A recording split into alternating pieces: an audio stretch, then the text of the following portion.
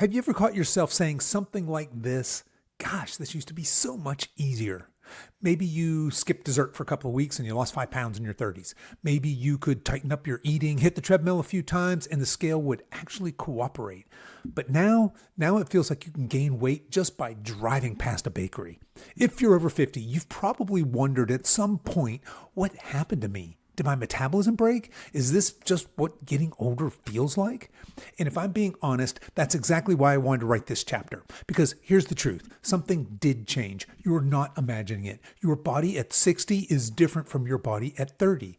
But what if the thing that we blame on age isn't actually age? What if the real culprit has been quietly sneaking up on us for decades? What if the biggest challenge of aging isn't getting older at all? And what if the best years of your health, strength, and vitality are still sitting in front of you, not behind you? So today we're going behind the scenes of my new book here. We're going into chapter 3. We're going to tackle one of the most important questions in this entire book, and that's this: what really changes after 50? And more importantly, what can you still do about it? All right, folks, here we go. Whip up your protein smoothies and let's dive in. Congratulations, you've just found the #1 over 50 health and wellness podcast on the planet. Hello and welcome to the Over 50 Health and Wellness Show. I'm your host, Kevin English. I'm a healthy aging expert and founder of The Silver Edge, and I am on a mission to help men and women over 50 build the health, the strength, and confidence to make the second half of life the best half. Okay, folks, here we go. What I'm going to do today is I'm going to read to you from chapter 3 of my new book that I am working on right now, working on revising this. The book is called Fully Alive, a blueprint for building the strongest, healthiest, and most meaningful second half of your life. So, without further ado, let's get into it. Chapter 3, What Changed After 50? Let's address the question that probably has been sitting in the back of your mind since you picked up this book. Why does this feel so much harder than it used to? Seriously, why? Why could you skip a few desserts in your 30s and lose 5 pounds? Why could you tighten things up for a few weeks and watch the scale cooperate? Why could you get away with things then that seem to have consequences now? If you're over 50, you've probably asked yourself some version of these questions. Maybe you've even said them out loud. It used to be so easy. My metabolism must have slowed down. Everything changed after 50. Or one of my favorites, if I even look at a cookie, I gain weight. After years of coaching men and women in their 50s, 60s, and beyond, I can tell you one thing with absolute certainty. You are not imagining it. Something changed. The problem is that most people misunderstand what that something is. The fitness industry often falls into one of two camps. The first camp says, it's your age, nothing works after 50. The second camp says, age doesn't matter, you're just making excuses. Personally, I think both positions are nonsense. Age matters. Of course it does. The body you have at 60 is different from the body you had at 25. That's not pessimism, that's reality. The good news is that reality is far less scary than most people have been led to believe. Because while some things absolutely change with age, many of the things people blame on aging are actually the result of something else entirely. And understanding the difference changes everything. Let me give you an example. Imagine two 65-year-olds, same age, same number of candles on the birthday cake. One spends their days hiking, traveling, strength training, playing with grandchildren, and living independently. The other struggles to get out of a chair, avoids stairs, takes multiple medications, and feels exhausted most of the time. Same age, very different reality. Why? That's the question we need to answer, because if age alone were the determining factor, those two people should look and function much more similarly than they do. Yet we see examples like this everywhere. We all know someone who seems remarkably young for their age, and we all know someone who seems much older than their age. Chronological age tells part of the story, but it doesn't tell the whole story. That's one of the biggest lessons I've learned over the years. Aging and decline are not the same thing. Read that again. Aging and decline are not the same thing. Aging is inevitable. Every one of us is getting older. Decline, however, is influenced by the choices we make, the habits we build, and the way we care for our bodies over time. That's incredibly good news because it means your future isn't predetermined. You are not doomed to spend the next 20 or 30 years getting progressively weaker, slower, and less capable. You have far more influence over that process than most people realize. Now, before we go any further, I want to be clear about something. This chapter is not about pretending you're 25. You're not, and neither am I. At 62 years old, I have no desire to be 25 again. I don't want the body I had at 25. I don't want the wisdom I had at 25. I don't want the decision-making skills I had at 25. And trust me, my wife definitely doesn't want the maturity level I had at 25. What I want is something much better. I want to become the strongest, healthiest, most capable version of myself at 62. And next year, I want to become the strongest, healthiest, most capable version of myself at 63. That's a very different goal than trying to reclaim my youth. A year or so after my family's now favorite story, the night they still called Dad's fake heart attack, I became stronger than I had ever been in my entire life. To be fair, I hadn't exactly set the bar high in my younger years. I was never a strength athlete. I didn't set foot in a gym or touch a barbell until my 50s, but somewhere along the way, I found myself strong, healthy, confident, vibrant. The body was only part of it. My mindset changed too. My entire identity shifted from someone who practiced healthy behaviors, eating well, strength training, prioritizing sleep, in order to get a result, to someone who simply lived a healthy lifestyle. The behaviors stopped being a means to an end. They became who I was. Today, at 62, I can honestly say I'm as healthy, fit, and purpose-driven as I've ever been in my life. I lift weights 3 days a week. I train jujitsu 2 or 3 times a week. I'm pursuing an audacious mission to impact 1 million people's lives through the Silver Edge. I'm writing this book. My relationship with my wife, Tara, has never been better. And that's the same goal I want for you. Not younger, better. Not trying to stop aging, learning how to age well. Because when most people say everything changes after 50, they're partially right. Some things did change, but many of the changes they blame on age are actually the result of something else, something far more important, something that gives us far more control than we've been led to believe. And once you understand what that is, you'll stop seeing age as the enemy. You'll start seeing it as a challenge you can successfully navigate. The good news and bad news. Let's start with the bad news. Some things really do change as we get older.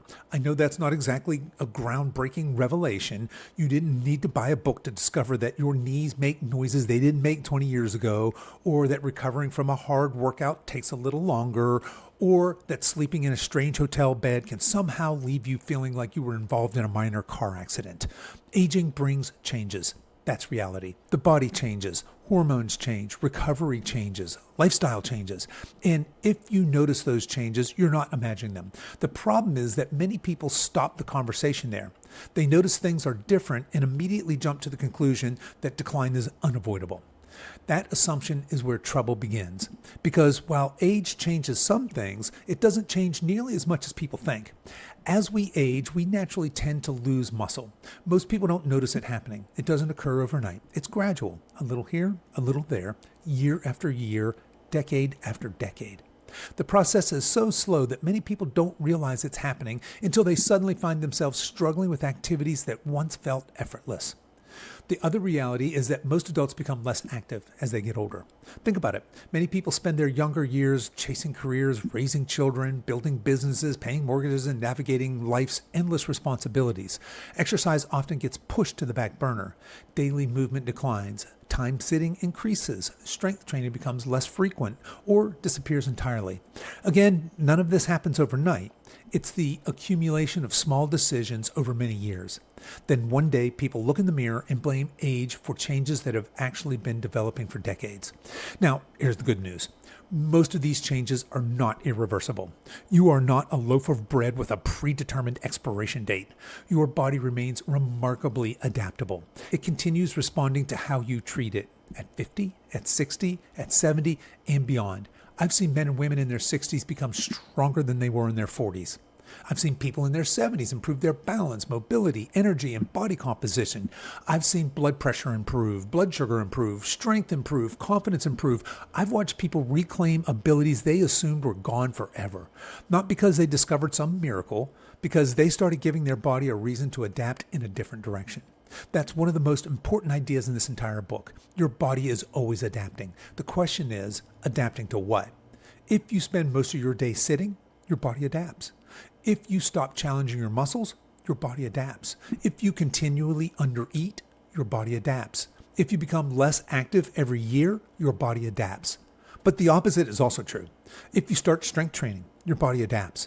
If you improve your nutrition, your body adapts. If you move more, your body adapts. If you prioritize recovery, your body adapts.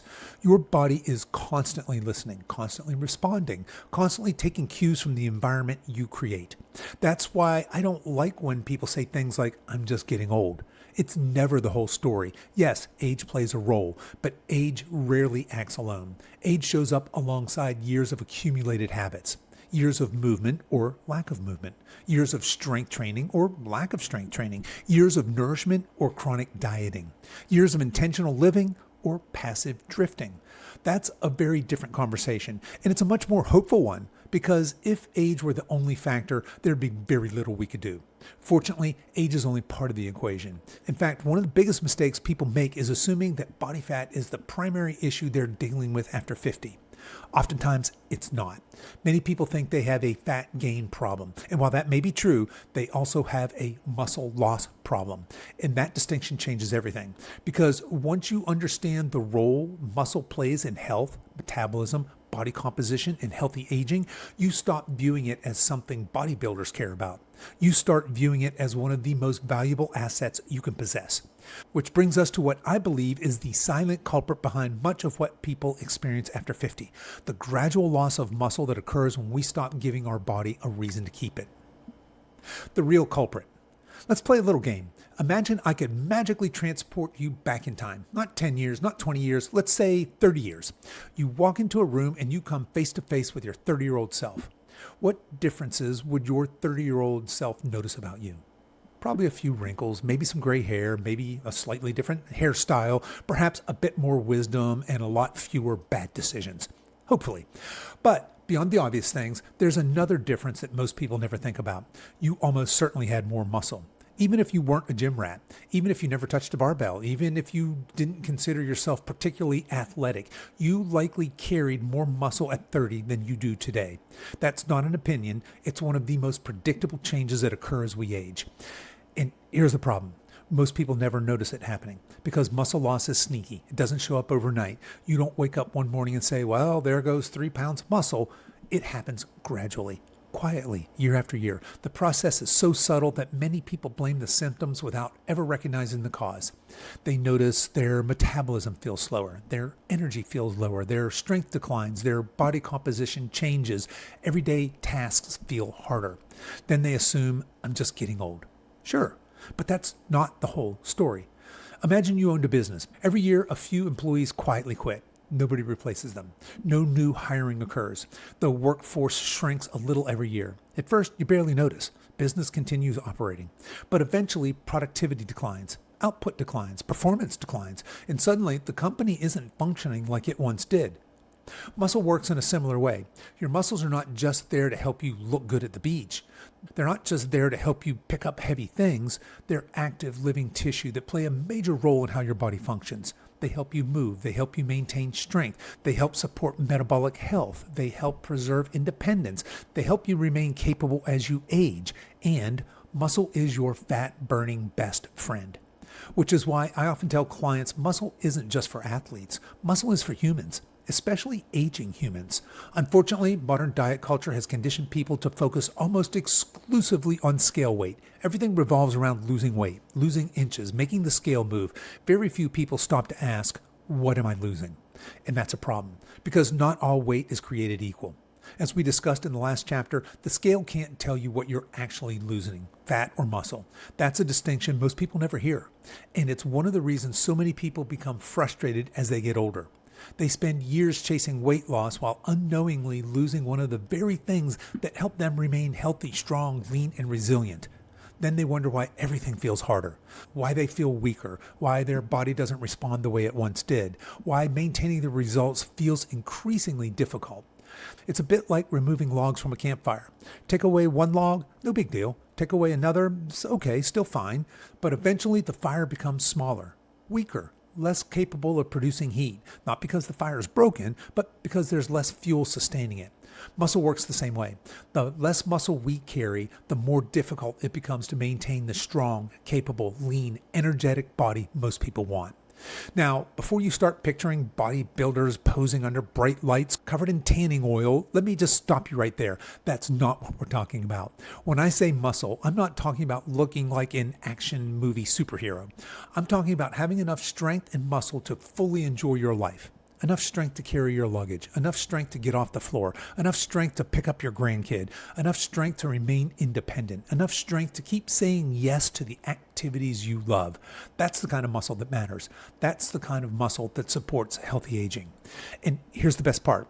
Unlike many of the things people blame on age, muscle is highly responsive.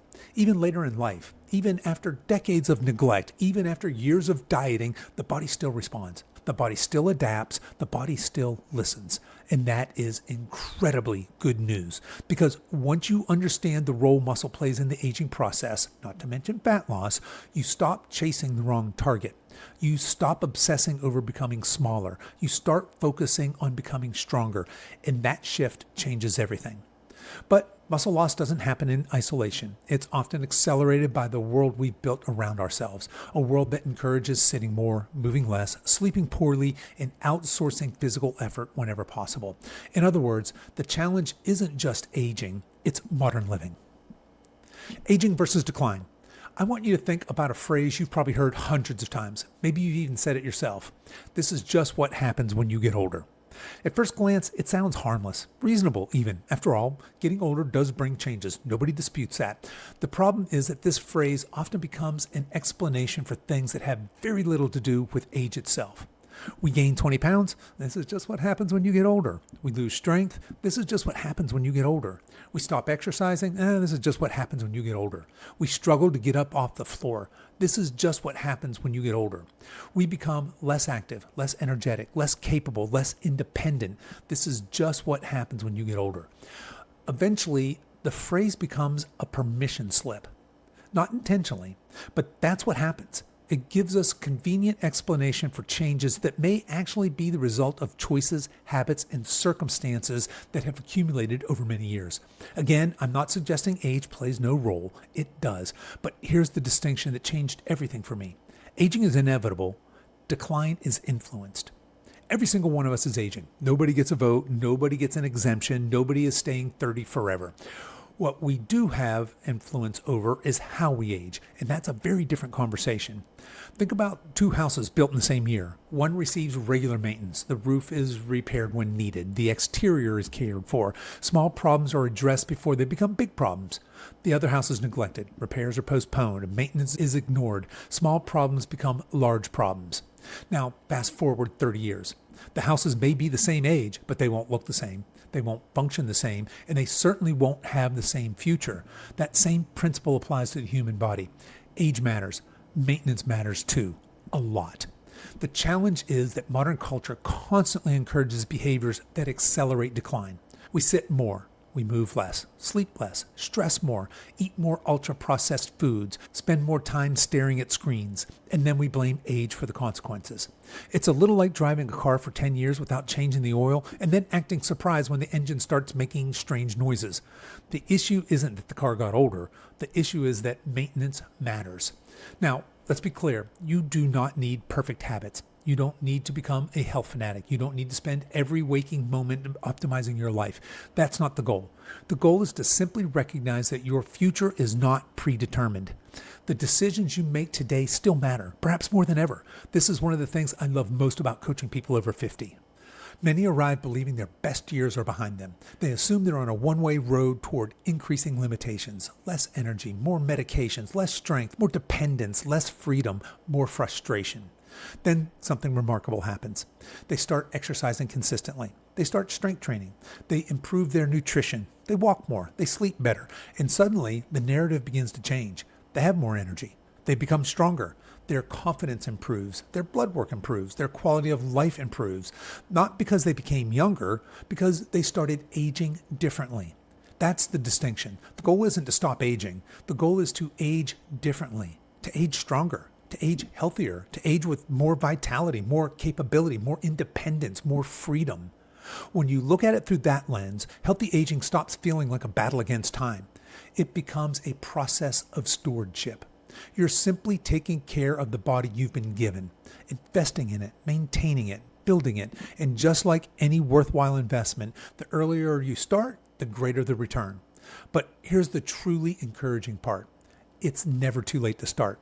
I've seen people make meaningful improvements in their 60s, in their 70s, even beyond. The body remains remarkably responsive when given a reason to adapt. That's why I refuse to accept the idea that decline is inevitable. Aging? Absolutely. Decline? Not nearly to the extent most people believe. Your body is still listening. One of the most dangerous beliefs that people carry into the second half of life is the belief that it's too late. Too late to get stronger, too late to lose body fat, too late to improve their health, too late to change. Sometimes they say it out loud. More often, they simply act as if it's true. They stop trying. They lower expectations. They settle. Not because they want to, because they believe the window of opportunity has closed. I understand why people feel that way. After all, most of us have been exposed to the same message for years. Metabolism slows, hormones change, the body gets older, things go downhill. What can you do? The problem is that this narrative leaves out one incredibly important fact. Your body is still listening. Right now, at this very moment, your body is paying attention to every signal you send it. Every meal, every walk, every workout, every night of sleep, every decision, every habit. Your body is constantly asking one question: what environment am I living in? And then it responds accordingly. That's what makes the human body so remarkable. It's adaptive, always has been, always will be. Think about what happens when someone starts walking consistently. Nothing magical occurs overnight, but over time the body adapts. Walking becomes easier, endurance improves, energy improves, the body responds. The same thing happens when somebody begins strength training. At first, everything feels heavy, awkward, uncomfortable, but eventually the body adapts. Strength increases, muscles respond, movement improves, the body listens. The same thing happens when someone improves their nutrition. The same thing happens when someone improves their sleep. The same thing happens when someone reduces chronic stress. The body responds, the body listens, the body adapts. Notice a pattern? The body's not sitting around waiting for your 65th birthday so it can officially stop cooperating. The body doesn't suddenly decide, well, we're 60 now, better stop responding to exercise. That's not how it works. The body continues responding to the demands placed upon it. The challenge is that many people spend years sending signals that encourage decline. Less movement, less strength training, less activity, less attention to nutrition. The body listens to those signals too, and it adapts accordingly. But here's the encouraging part. The moment those signals change, the body begins adapting in a different direction. I see this happen all the time. Someone joins one of our programs convinced they're beyond help. They're tired, they're overweight, discouraged. Maybe they've spent years sitting on the sideline. Maybe they've tried every diet under the sun. Maybe they've convinced themselves that they're simply getting old. Then something changes. They begin strength training. They start prioritizing protein. They walk more. They sleep better. Nothing extreme, nothing dramatic, just consistent, intelligent habits. A few months later, they're stronger, more energetic, more confident. Their clothes fit differently. Their blood work improves. Their outlook improves. And perhaps most importantly, their belief about what's possible begins to change. My client, Chrissy, is the perfect example. She came to us in her mid-50s, wanting to lose a few pounds and to tone up. She'd been eating a ketogenic diet, and her exercise was yoga and golf, and she had never strength trained a single day in her life. We asked her to drop the keto, raise her protein, add back some whole food carbohydrates, and start a 3-day-a-week strength program. Within 6 months, her body was transforming. Losing fat, building muscle. About a year in, she told me she had a new goal, a strict pull-up. Not assisted, not a band, a real one. So we shifted her programming toward that goal, and a few months later, on her birthday no less, she got it. She told me on our next call that she cried afterward, tears of joy. Fast forward to today. Chrissy can do 14 strict pull-ups. That puts her in elite territory among 59-year-olds of any gender. And if you're picturing some hulking, muscle-bound gym rat, think again. Chrissy has a lean, strong, capable body, nothing more, nothing less. She is, by her own account, stronger today than she ever has been in her life. That's the real breakthrough, not the pounds lost, not the inches lost, the belief. Because once someone realizes their body is still capable of adapting, hope returns. And hope is powerful. Hope changes behavior. Hope creates momentum. Hope encourages action. Hope reminds people that their future is not already written. Now, does this mean everyone will look like a fitness model at 70? Of course not. That's not the goal. The goal is something much more meaningful, to become the strongest, healthiest, most capable version of yourself at whatever age you happen to be. That's it. Not compared to your 25-year-old self, not compared to your neighbor, not compared to social media, compared to the version of yourself that exists today. That's the only comparison that matters. And when you begin looking at health through that lens, something remarkable happens. You stop mourning the body you used to have. You start building the body you still can have. And that's a much more productive conversation. And it's a much more hopeful one because your body is still listening. It's still responding. It's still adapting, which means your future remains very much under construction. And that's good news because most people dramatically underestimate what can happen when they consistently send their body the right signals. That's the opportunity. That's the invitation. And it's one of the greatest gifts available to us in the second half of life. The opportunity most people miss. When most people think about aging, they focus on what they're going to lose. They worry about losing strength, losing energy, losing independence, losing mobility, losing health, losing the ability to do the things they love. It's understandable. The media talks endlessly about decline. The pharmaceutical industry is built around managing decline. Many people have watched parents, relatives, friends, and neighbors slowly surrender to decline. So naturally, they assume the same future is waiting for them. But what if we're asking the wrong question? Instead of asking, what am I going to lose? What if we started asking, what's still possible? That's a very different conversation because while it's true that aging presents challenges, it also presents opportunities. In many ways, opportunities that didn't exist earlier in life.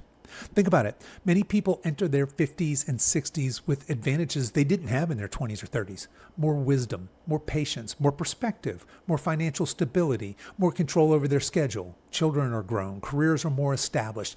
Life often becomes less chaotic. For the first time in decades, many people have the opportunity to invest in themselves. The tragedy is that most never fully take advantage of this. Instead, they quietly lower expectations. They stop believing improvement is possible. They shift from building to maintaining, from pursuing growth to simply managing decline. And that's where the greatest opportunity is lost. Because here's what I've observed after years of working with men and women over 50. Many people dramatically underestimate what they're capable of becoming. They underestimate how much strength they can build, how much energy they can regain, how much body fat they can lose, how much confidence they can recover, how much better they can feel. They assume the future will simply be an extension of the present. But that's not how life works. The future is built by the choices we make today. And when those choices begin changing, the future changes too. I've watched people completely transform their health in their 50s. I've watched people become stronger in their 60s than they were in their 40s. I've watched people in their 70s accomplish things they once believed were impossible. Not because they're special, not because they possess extraordinary genetics, not because they discovered some secret, because they stopped accepting decline as inevitable. They started acting like builders. That's the opportunity. Most people spend the second half of life trying to slow decline. I want you to think bigger than that. What if your goal wasn't merely slowing decline? What if your goal was continued growth? Not growth in every area. You're not training for the Olympics. You're not trying out for the NFL, but growth where it matters. More strength, more energy, more vitality, more confidence, more capability, more freedom, more life. Imagine being 70 and stronger than you are today. Imagine having more energy 10 years from now than you have right now. Imagine traveling, hiking, playing with your grandchildren, exploring new hobbies, and fully participating in life because you took care of your body instead of surrendering it. That's not fantasy. It's not guaranteed either, but it's absolutely possible. And that's what makes this stage of life so exciting. The game isn't over. The score isn't final. The story isn't finished. You still have chapters left to write. In fact, for many people, the most meaningful chapters haven't even happened yet. That's why I reject the idea that healthy aging is simply about avoiding disease. That's too small of a goal. Healthy aging is about preserving the ability to live fully, to remain engaged, capable, independent, strong enough to say yes when life presents opportunities. Because at the end of the day, that's what health really provides. Options. The ability to do things you want to do when you want to do them. And that's why this chapter matters. Because once you understand that age is not the enemy, you can stop fighting a battle you can never win. Instead, you can begin focusing on the things that truly matter. The things you can influence, the things you can improve, the things you can build.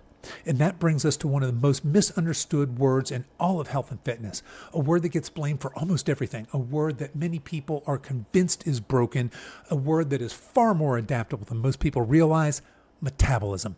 Let's talk about it. Okay, folks, that is chapter 3. That's a wrap there. And if there's one thing I hope you take away from today's conversation, it's this: getting old and declining are not the same thing. Yes, age changes some things. We can't stop the clock, but far too many of us, we blame age for things that are actually the results of years of accumulated habits: lost muscle, less movement, poor recovery, and the simple fact that modern life makes it so darn easy to become less active over time. But the encouraging news is that your body's still listening. It's still adapting. It's still responding to the signals that you send it every single day. And that means your future is not predetermined. Now, I would love to hear from you. What resonated with you most in this chapter? Did a particular idea hit home? Did it challenge something that you believed for years? Do you have your own story about getting stronger, healthier, or more capable later in life? And if you're still struggling with some of these questions, I'd love to hear that too. Also, please keep your feedback coming, guys. I love hearing from you. I've literally gotten flooded. In fact, as I'm recording this, there are still some emails in my email box that I haven't responded to from you guys that have given me feedback. Keep it coming. And if it takes me a couple days to get back to you, I promise I'm going to reply to you. But I love your feedback. Let me hear the good, bad, and ugly. I know I have a tendency of repeating myself. Thank you for those of you that have lovingly pointed that out. That's my impression as well. As I read through these chapters, I'm like, wow, I think I've said that same thing several times now, perhaps even in other chapters. But keep the feedback coming. I'd love to hear from you where you feel this is on point and where I'm missing the mark. So remember, this book is still very much in the revision process, and your feedback genuinely helps shape the final version. So please send your thoughts, your stories, your feedback, your questions, your critiques to coach@silveredgefitness.com. That's coach@silveredgefitness.com. Again, I read every single one of those emails, and there's a very good chance that your feedback is going to help make this book even better before it ever reaches publication. And look, if you guys know someone who's convinced themselves that everything goes downhill after 50, please do me a favor and share this episode with them. They may need to hear that their story is not finished yet. Thank you for joining me behind the scenes as we build this book together. This week, we're going to tackle one of the most misunderstood concepts in all of health and fitness: your metabolism. What's going on? Is it really broken? Has age permanently slowed it down? Or is something else going on entirely? We're going to answer all those questions in Chapter 4. Until then, keep showing up, keep moving forward, and remember, your best years may not be behind you. They may still be ahead. Till next time, stay strong.